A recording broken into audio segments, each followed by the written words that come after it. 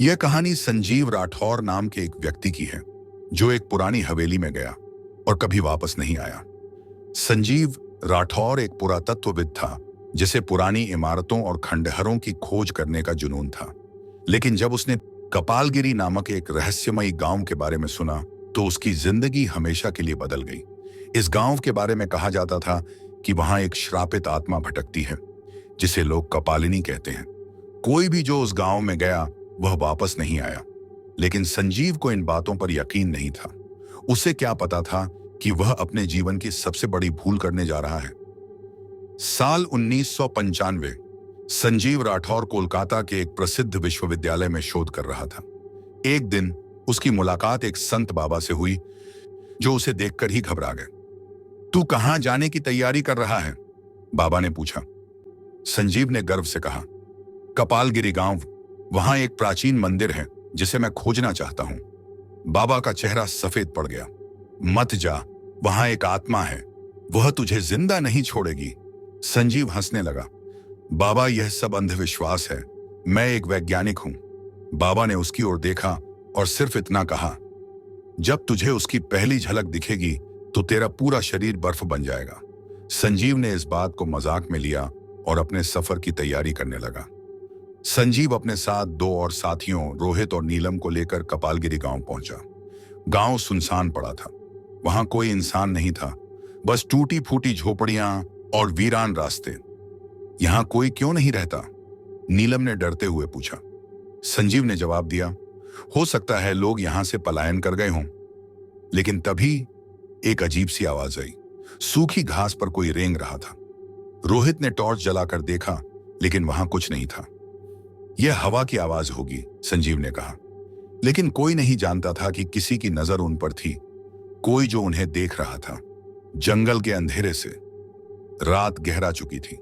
तीनों ने गांव के बीचों बीच एक पुराना मंदिर देखा। वह टूटा हुआ था, लेकिन उसमें से हल्की लाल रोशनी निकल रही थी। संजीव ने आगे बढ़कर मंदिर का दरवाजा खोला। दरवाजा जोर से खुला और अंदर एक औरत बैठी हुई थी।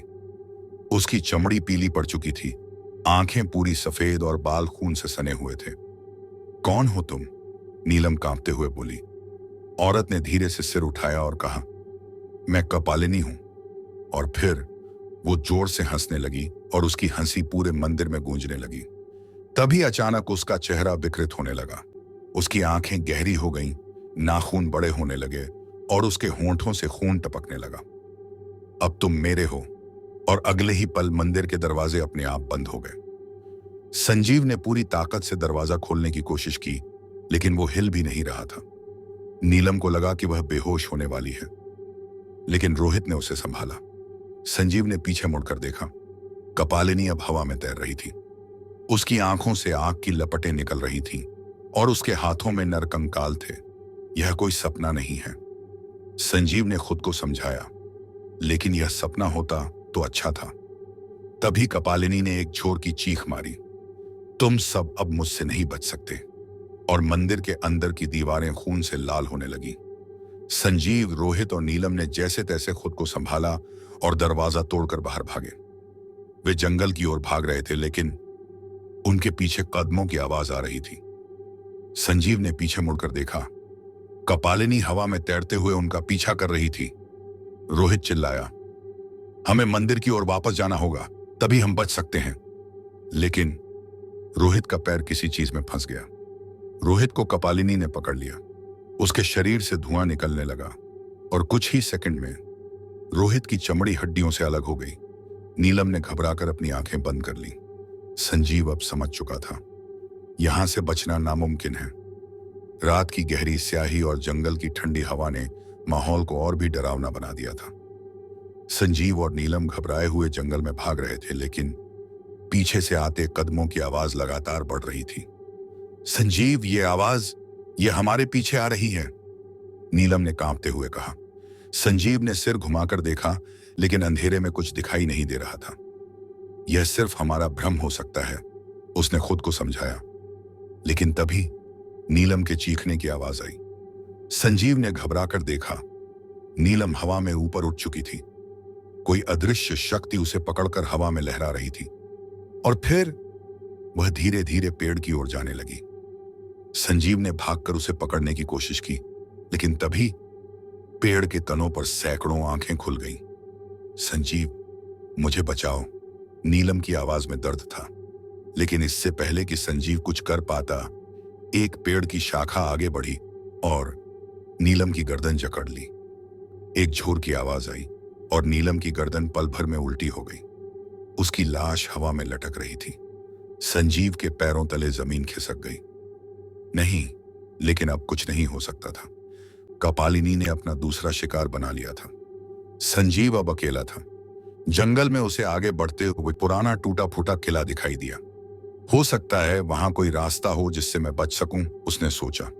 लेकिन जैसे ही उसने कदम बढ़ाया, अचानक चारों ओर से सैकड़ों कंकाल हवा में उड़ने लगे। संजीव अपनी जगह जम गया। उन कंकालों के सिर मुड़े हुए थे, उनकी आंखों से धुआं निकल रहा था और उनके जबड़े हिल रहे थे। तू बच नहीं सकता, एक गूंजती हुई आवाज पूरे माहौल में फैल गई। संजीव की सांसें तेज हो गईं। यह मेरा भ्रम है, यह सब सच नहीं हो सकता। लेकिन तभी उन कंकालों में से एक के चेहरे पर मांस उगने लगा। कुछ ही सेकंड में वह कंकाल एक इंसान में बदल गया। संजीव की रूह कांप उठी। वह इंसान कोई और नहीं बल्कि रोहित था। संजीव, क्यों मुझे अकेला छोड़ दिया? संजीव पीछे हटने लगा, लेकिन तभी नीलम की भी लाश उठने लगी। संजीव, क्या तू हमें भूल गया? अब संजीव के चारों ओर सिर्फ मरे हुए लोग थे। उसने घबराकर किले की ओर भागने का फैसला किया। संजीव जैसे तैसे किले के अंदर पहुंचा। यह किला वीरान था। चारों ओर सड़ती हुई लाशों की बदबू थी। अचानक उसकी नजर एक पुरानी किताब पर पड़ी, जिसमें कपालिनी की पूरी कहानी लिखी हुई थी। कपालिनी एक शापित साध्वी थी, जिसने मृत्यु से पहले यह श्राप दिया था कि उसकी आत्मा हमेशा यहां भटकेगी। संजीव ने आगे बढ़ा। जो भी इस गांव में कदम रखेगा, वह हमेशा के लिए इसका हिस्सा बन जाएगा। अब संजीव को एहसास हो गया था कि यह एक मौत का जाल है। लेकिन तभी किले की छत से रक्त टपकने लगा। संजीव ने ऊपर देखा। कपालिनी छत से उल्टी लटकी हुई थी। उसका मुंह 4 भागों में खुला हुआ था। उसकी आंखें सफेद हो चुकी थीं और उसकी हड्डियां शरीर से बाहर झांक रही थीं।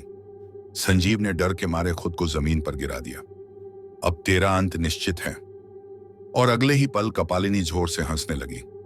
संजीव के पास अब सिर्फ एक ही रास्ता था, वह मंदिर जहां उसने कपालिनी को पहली बार देखा था। उसने अपनी पूरी ताकत लगाकर किले से बाहर की ओर दौड़ लगाई, लेकिन कपालिनी ने पीछा करना शुरू कर दिया। वह हवा में उड़ रही थी, उसकी चीखें जंगल को हिला रही थीं और उसकी परछाई पूरी धरती पर फैल चुकी थी। संजीव ने जैसे तैसे मंदिर में प्रवेश किया और वहां रखी रुद्राक्ष की माला उठाई। उसने पूरी ताकत से मंत्र पढ़ना शुरू किया। कपालिनी जोर से चीखने लगी। मंत्र के प्रभाव से उसका शरीर जलने लगा। संजीव ने मंत्र का जाप तेज कर दिया और अगले ही पलक पालिनी जमीन पर गिर पड़ी। वह राख बन चुकी थी। संजीव ने राहत की सांस ली। शायद अब यह खत्म हो गया, उसने सोचा। लेकिन जैसे ही वह मंदिर से बाहर निकला, उसे पीछे से एक आवाज सुनाई दी, संजीव। वह पीछे मुड़ा और देखा कपालिनी की राख हवा में उड़ रही थी और धीरे धीरे उसका शरीर फिर से बन रहा था। संजीव की आंखें भय से फटी रह गईं। नहीं, और फिर, अब तू कभी नहीं बचेगा। कपालिनी जोर से हंसने लगी। संजीव अब पूरी तरह हिम्मत हार चुका था। यह सच नहीं हो सकता, यह सब एक सपना है। उसने खुद को समझाने की कोशिश की, लेकिन जैसे ही उसने अपनी हथेली पर नजर डाली, उसका खून काले रंग में बदल चुका था। मेरा खून, यह क्या हो रहा है? संजीव जमीन पर गिर पड़ा। उसे महसूस हुआ कि उसकी सांसें तेज हो रही थीं, उसकी धड़कनें असामान्य थीं, और फिर उसकी आंखों के सामने सब कुछ धुंधला पड़ गया। संजीव ने अपनी आंखें खोली। वह एक काले शून्य में खड़ा था। चारों ओर सिर्फ अंधेरा था। यह कहां हूं मैं? तभी उसकी नाक में एक भयानक बदबू आई, सड़े हुए मांस और जलते हुए शरीर की गंध। और फिर सामने एक विशाल द्वार खुला। उस द्वार के बाहर हजारों भूत, पिशाच और मृतात्माएं खड़ी थीं। उनके बीच में कपालिनी खड़ी थी। अब तेरा अस्तित्व समाप्त होगा संजीव, संजीव चीखना चाहता था, लेकिन उसकी आवाज निकल ही नहीं रही थी। अब उसे समझ में आ चुका था, वह मृत्यु के दरवाजे पर था। कपालिनी ने हवा में हाथ उठाया और संजीव अचानक जमीन से ऊपर उठने लगा। तू अब मेरे संसार का हिस्सा बनेगा। संजीव ने खुद को छुड़ाने की कोशिश की, लेकिन उसकी हड्डियां चटकने लगी और फिर संजीव जमीन पर गिर पड़ा। जब उसने आंखें खोली तो वह नरक के एक भयावह दरवाजे के सामने खड़ा था। चारों ओर आग थी और इंसानों की जली हुई लाशें इधर उधर बिखरी थीं। यह असली नरक था। यह असंभव है, मैं मरा नहीं हूं। लेकिन कपालिनी मुस्कुराई और बोली, अब तू भी इस अभिशाप का हिस्सा बन चुका है। संजीव ने एक आखिरी बार अपने होश संभाले और बोला, कपालिनी, तू आखिर है कौन? तब पहली बार कपालिनी ने सच बताया, मैं एक श्रापित आत्मा हूं। मुझे कई साल पहले एक तांत्रिक ने जलाकर मार दिया था, लेकिन मरते समय मैंने यह श्राप दिया कि मैं हर इंसान की आत्मा को अपने साथ ले जाऊंगी। जीव के दिमाग में एक झटके के साथ सब कुछ साफ हो गया। तुझे मुक्ति तभी मिलेगी जब कोई तेरी आत्मा को शांति देगा। कपालिनी जोर से हंस पड़ी, लेकिन कोई मुझे शांति नहीं दे सकता, क्योंकि जिसने भी मेरी सच्चाई जाननी चाहिए वह खुद मारा गया। संजीव की सांसें तेज हो गईं। तो क्या कोई रास्ता नहीं है? नहीं, अब तू भी मरेगा। और फिर कपालिनी जोर से चीखने लगी। संजीव के चारों ओर अचानक आग की लपटें उठने लगी। नहीं, और फिर काश की आत्मा को खींच लिया गया। संजीव की आंखों के सामने सब कुछ काला पड़ गया। तभी उसे एक धीमी आवाज सुनाई दी, संजीव, उठ। उसने आंखें खोली। वह वापस अपने कमरे में था। यह कैसे संभव है? संजीव ने अपनी हथेलियां देखी, वह बिल्कुल ठीक था। उसने अपनी घड़ी देखी, वह सिर्फ 10 मिनट से सोया था। क्या यह सब एक सपना था? लेकिन तभी उसके कमरे के शीशे पर खून से लिखा था, तू बच नहीं सकता, मैं फिर लौटूंगी। संजीव का चेहरा सफेद पड़ गया। नहीं, यह सपना नहीं था। और तभी दरवाजे के पीछे से एक धीमी हंसी गूंजी। संजीव ने घबराकर दरवाजे की ओर देखा। यह सब सच नहीं हो सकता। उसका दिल तेजी से धड़क रहा था। हिम्मत करके उसने धीरे धीरे दरवाजा खोला, लेकिन बाहर कोई नहीं था। बस ठंडी हवा का झोंका आया और उसके कानों में एक धीमी फुसफुसाहट गूंजी, संजीव, तू अब मेरा है। संजीव ने घबराकर दरवाजा बंद कर लिया, लेकिन तभी उसका कमरा अचानक हिलने लगा। सभी खिड़कियां एक साथ खुल गईं और कमरे की दीवारों पर खून की धाराएं बहने लगीं। अब तू बच नहीं सकता। संजीव ने अपना सिर पकड़ लिया। यह सब सच नहीं हो सकता। यह सब मेरे दिमाग का खेल है। लेकिन फिर उसने अपने हाथ की हथेली देखी। उसकी त्वचा सड़ने लगी थी। संजीव दर्द से कराह उठा। अब उसे समझ में आ रहा था कि वह धीरे धीरे मर रहा था, या शायद वह पहले ही मर चुका था। अचानक संजीव की आंखों के सामने सब कुछ काला पड़ गया। जब उसने दोबारा आंखें खोली तो वह एक अजीब सी जगह पर था। चारों ओर सफेद धुंध थी। यह कहां आ गया मैं? तभी उसे सामने कई परछाइयां दिखाई दी। वह रोहित और नीलम थे। संजीव, तूने हमें अकेला क्यों छोड़ दिया? संजीव की आंखें फटी की फटी रह गईं। नहीं, यह असंभव है। लेकिन तभी उनके चेहरे विकृत होने लगे। उनकी आंखों से खून बहने लगा, उनकी चमड़ी झुलसने लगी और उनकी हड्डियां बाहर निकल आईं। संजीव ने पीछे हटने की कोशिश की, लेकिन तभी उसके पैरों ने जमीन पकड़ ली। अब उसे एहसास हो गया था, मैं आत्माओं की दुनिया में हूं और कपालिनी वहीं खड़ी थी, मुस्कुराती हुई। अब तू कभी वापस नहीं जा सकता। संजीव ने खुद को छुड़ाने की कोशिश की, लेकिन उसके शरीर से धुआं उठने लगा। वह अब इंसान नहीं रह गया था, वह भी एक आत्मा बन रहा था। नहीं, मुझे बचना होगा। उसने जोर से खुद को जमीन से खींचा और भागने की कोशिश की, लेकिन आत्माओं ने उसका पीछा करना शुरू कर दिया। तू अब हमारे साथ रहेगा संजीव, हमेशा के लिए। संजीव भाग रहा था, लेकिन उसके हाथ और पैर धीरे धीरे काले पड़ रहे थे। उसकी सांसें तेज हो रही थीं। नहीं, मुझे जिंदा रहना है। और फिर अचानक संजीव के कानों में एक मंत्र गूंजा और अगले ही पल वह अपने कमरे में वापस आ गया। संजीव ने हांफते हुए इधर उधर देखा। वह अभी भी जिंदा था। यह कैसे संभव है? तभी उसने देखा कि उसके हाथ में एक पुरानी माला थी। उसे याद आया कि वह कपालगिरी के मंदिर में यह माला छू चुका था। तो यही मेरी रक्षा कर रही थी। संजीव समझ चुका था कि अगर उसे बचना था तो उसे इस श्राप के रहस्य को पूरी तरह समझना होगा। अब वह वापस कपालगिरी जाने का फैसला कर चुका था। संजीव अब डरने वाला नहीं था।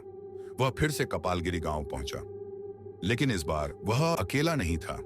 उसने एक तांत्रिक को अपने साथ लिया था जिसका नाम आचार्य महेश्वर था।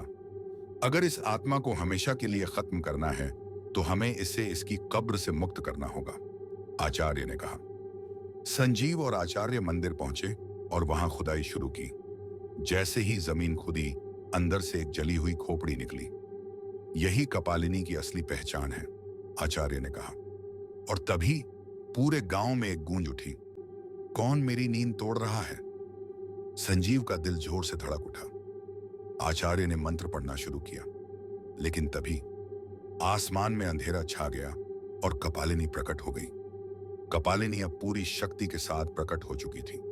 आसमान काला हो गया, हवाएं तेज चलने लगीं और मंदिर की दीवारों से खून टपकने लगा। कौन मेरी शांति भंग कर रहा है? उसकी आवाज इतनी भयानक थी कि संजीव का शरीर कांप उठा। आचार्य महेश्वर ने बिना समय गंवाए रुद्राक्ष की माला उठाई और मंत्र पढ़ने लगे, लेकिन कुछ नहीं हुआ। कपालिनी जोर से हंस पड़ी।